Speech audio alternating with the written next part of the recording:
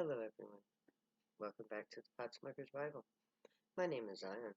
I'm the author of the Potsmoker's Bible, which contains the prophetic book of Zion, where I get my name and authority. It comes from the Ketuvim, or Old Testament of the Christian Bible. I use the King James Version of the Christian Bible to put together the prophecy of Israel, which I wrote into a book called the Book of Zion. In order to publish that book, I wrote an additional surrounding text commentary called the Potsmoker's Bible, and all of the events foretold in the prophecy that I published on YouTube on Potsmoker's Bible, all lowercase, is playing out as we speak.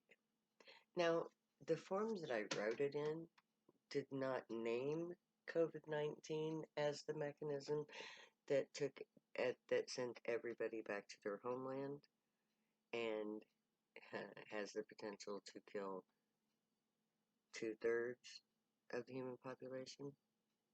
Although I don't think that it will kill actually 2/3. I believe that our the loss of 2/3 of humanity will happen in two stages, two main stages, with all of the deaths that come in between.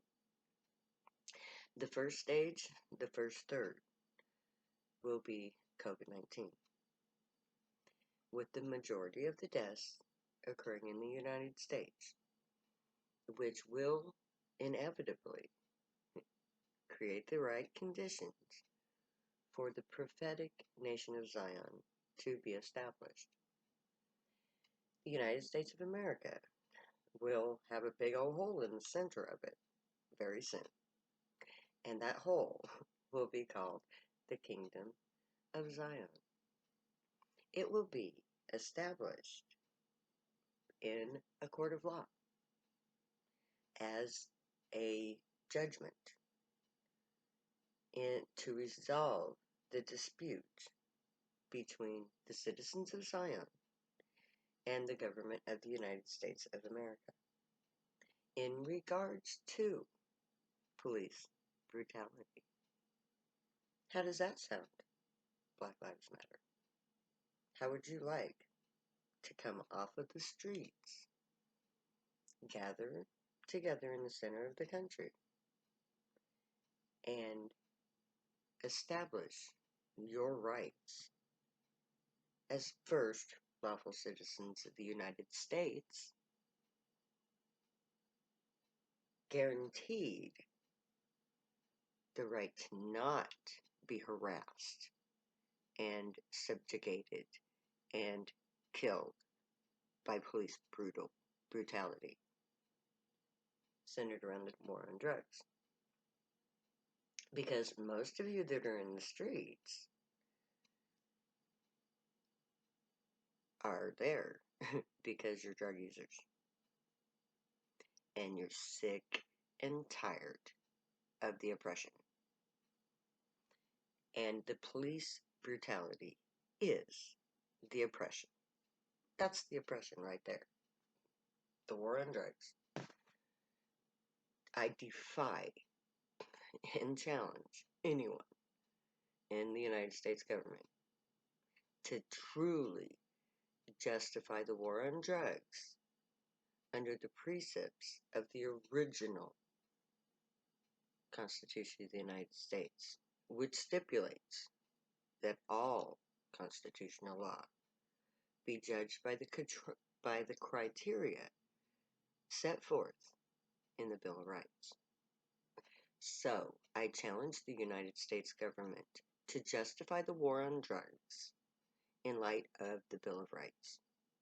How can you justify the violation of the right to privacy in regards to our urine and hair samples?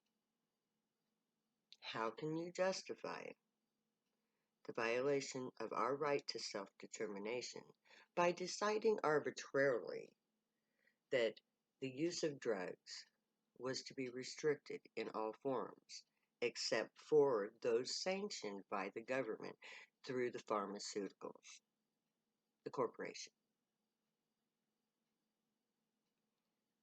How can you justify the violation of our individual right to pursuit of happiness? By what right does the United States government proclaim that the use of drugs is not a viable option for the pursuit of happiness? Drugs make me happy. That's why I do them. Well, okay, I do them because I know that they're from the gray, and that the gray gave them to us for the specific purpose of allowing us to create a telepathic communication with them. That's why I do drugs, because it allows me to communicate with my God, who is a gray alien, who is a blue alien, clad in a gray spacesuit, environmental suit, which allows him to concentrate the nitrogen in our atmosphere so that he can breathe it. But you didn't know that. They're not gray, they're blue. And they are our father race. The earth is our mother, the gray are our father. And they are here to bring us back into the family, to reconnect with us. And I truly mean reconnect with us. Because my personal gray contact, my baby daddy, Ishi, once had a different name. Now, he was not personally one of the gods of the earth. So you would not know his name because he wasn't prominent at that time. It wasn't until he found me that he became a prominent figure in their society. Because I am the fabled Zion, the woman that they were looking for. They knew that there would be a woman from my family line that would fulfill the prophecy. And they were looking for me. And he was the one who found me. And so he was the one who got to be the baby daddy. And so he gets to be Ishi. Because he was the one that made first contact with me. And that was the name given in the prophecy for that historic figure. Just as the prophecy gives me my name of Zion. And the right to champion the cause of the drug users. Now, my last episode, I talked about the uses of drugs in Zion. Now I'm going to be talking to you about Black Lives Matter being the war on drugs. Because most of the deaths at the hands of the police has come from the drug culture. It is the drug culture that has perpetuated the brutality of the police. Because as my people become more and more gray and therefore empowered on a higher level of reality. I mean, we literally become priests. We literally break that threshold of physical reality and spiritual reality. It opens the door to spiritual reality. So when you do drugs, you automatically become priest potential. Now, whether or not you're worthy of being a priest is another thing. And we're going to get into that eventually. But the police brutality is directly linked to the war on drugs.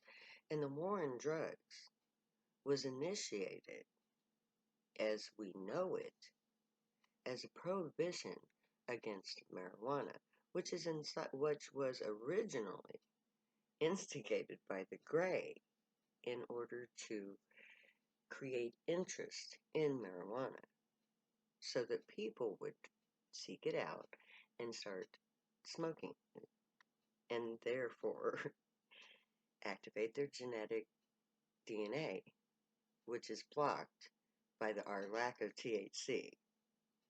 So when we ingest THC in any form, it enters the receptacles in our brain, which are designed specifically for the THC molecule.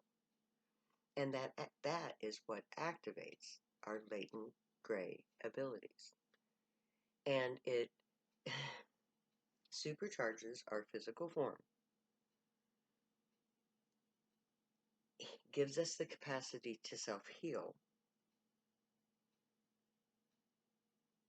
and elevates our intellect because we connect with the gray.